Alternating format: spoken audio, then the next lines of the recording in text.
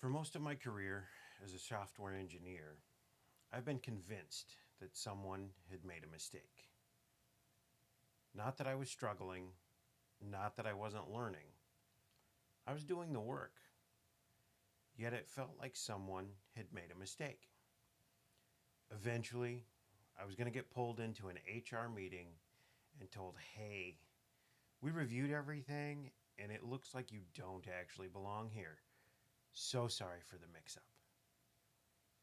But the more people I talked to, my peers, my manager, other more senior folks in the company, the more I realized I wasn't alone. Because imposter phenomenon doesn't just happen to people who are failing. Most of the time, it happens to people who are growing. Think about it. Have you or anyone you know ever felt like an imposter when you were doing something that was easy? And looking back, there was definitely a disagreement between the evidence and the emotions. The evidence told me I'd completed a challenging boot camp, interviewed well, got hired. I'd changed careers at 42 years old. I learned the frameworks. I wrote the code. I solved the problem. On paper, it looked like everything had worked. I'd taken a risk, completed the training, landed the job, and started building a completely different future for myself. But emotionally, it was a very different story. I consistently felt like I was behind and falling further behind by the day. Every assignment that took a little longer than I felt like it should was a blow to my confidence. I looked around, and it seemed like everyone knew something I didn't. Now, I mean, many of them do. They have more knowledge, more experience, but they don't have some secret sauce or secret formula that they're keeping from me. I felt like I had slipped through the cracks. Now, the term imposter phenomenon was first introduced in 1978 by psychologists Pauline Clance and Suzanne Imes. And what struck me wasn't how common the feeling was, it was who was experiencing it. These weren't people falling behind or failing, and they weren't unqualified. They were successful people with real accomplishments, real credentials, and real evidence of their abilities. Yet many of them believed that they had somehow fooled everyone around them, and they were waiting to be found out. Now, the more I read, the clearer the picture became. One large review looked at dozens of studies and found imposter feelings showed up everywhere. Students, professionals, executives, experts, men, women, people early in their careers, and people decades into them. In other words, basically, if you've ever felt like you don't belong, you're in very crowded company. And this was actually very reassuring for me. The feeling itself wasn't evidence that something was wrong with me. It was evidence that I was dealing with something a lot of capable people experience when they're trying to grow. When I thought about my own experiences, that really resonated with me. Whenever I experienced imposter feelings the most, it was during some type of transition. In fact, imposter phenomenon tends to spike during promotions, new jobs, career changes, certifications, grad school, leadership roles, and other major life transitions. Because you're leveling up, not because you're failing or falling behind. And that pattern makes sense. Every time these feelings were strongest, I was stepping into something new. High achievers tend to experience imposter phenomenon most of all. And what really spoke to me was what happened when researchers looked specifically at software engineers. Over half of the engineers surveyed reported frequent or intense imposter feelings. And quite honestly, that didn't surprise me at all. Technology is a field where no matter how much you learn, there's always another framework, another certification, another tool, and another trend waiting just around the corner. And it's very easy to look around and assume everyone else has figured it all out while you're still just trying to catch up. And the research uncovered something else that I found important. These feelings weren't tied to actual performance.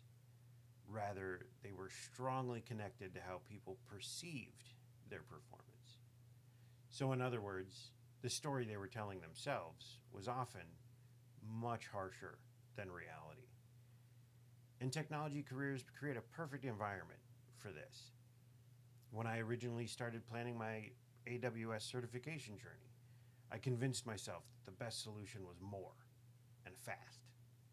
I needed to do it all, but faster than anyone expected. I needed to do more studying, more credentials, more proof. But I realized eventually that no certification, no amount of certifications, would permanently solve a confidence problem.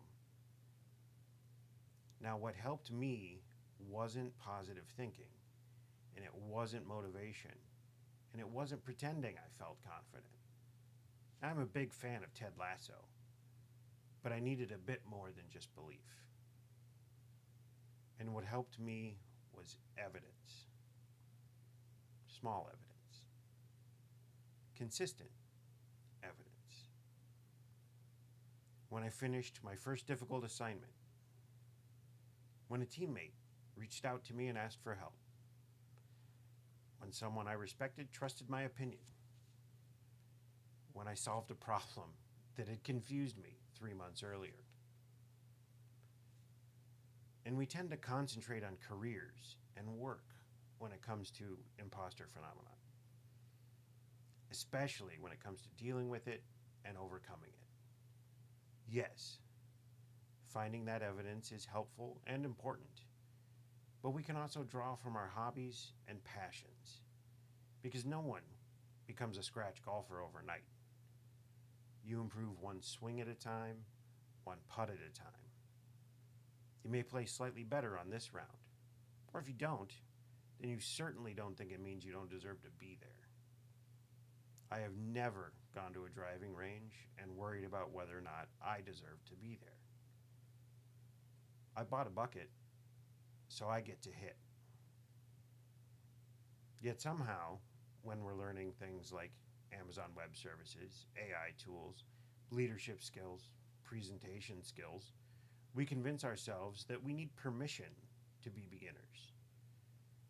We don't feel like imposters when we're trying a new recipe, making a new cocktail, or picking up a golf club. Hobbies come with permission to be bad, to be a beginner. Careers often don't. So maybe I shouldn't ask myself, why am I not where that senior engineer is? But the question should be, am I better than I was 6 months ago? Because nobody sinks one putt and expects to instantly be a great golfer. You sink one, and then another, and then another. Because most improvement is invisible while it's happening. And we tend to look at hobbies and passions as an escape from life, from work. But I think our hobbies are more of a practice for life. Because right now, golf is teaching me that I don't have to earn the right to learn or to improve. I don't have to be great before I start. I just have to keep showing up, to hit the next shot, and to trust that progress compounds over time. And the funny thing is, I don't think AWS certifications, golf, or learning AI are actually different problems. They all require the same thing. I just need to be willing to be bad at something long enough to become good. Now, I don't know if imposter phenomenon or imposter syndrome ever completely goes away. But maybe we need to reframe how we see it, to change our perspective. Because it isn't proof that we don't belong, but rather it's evidence that we are growing. Because nobody feels like an imposter when they are doing something easy. One study session, one assignment, one project, one certification, one bucket of golf balls, and one day at a time. Not great, just a little better than yesterday.